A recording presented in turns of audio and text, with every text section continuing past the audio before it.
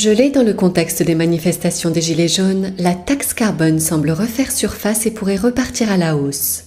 L'idée est notamment défendue par Christian Gaulier, directeur de la Toulouse School of Economics et membre de la commission des 26 économistes conseillant Emmanuel Macron sur les grands défis économiques de l'après-crise. « Je pense qu'il faut lui donner une seconde chance », a-t-il déclaré sur BFM Business. Il a toutefois précisé qu'il était nécessaire d'adapter la taxe carbone aux informations nouvelles qui sont apparues, notamment l'importance cruciale d'avoir un système d'incitation qui soit compatible avec la réduction des inégalités, soit de ne pas léser les intérêts des Gilets jaunes. Il a fait remarquer qu'il était aussi important d'empêcher certains agents économiques d'être exemptés de cette taxe, car cette exemption avait constitué l'un des éléments moteurs de la crise des Gilets jaunes. En effet, les automobilistes devaient payer la taxe carbone alors que les avions ou les taxis en étaient exemptés.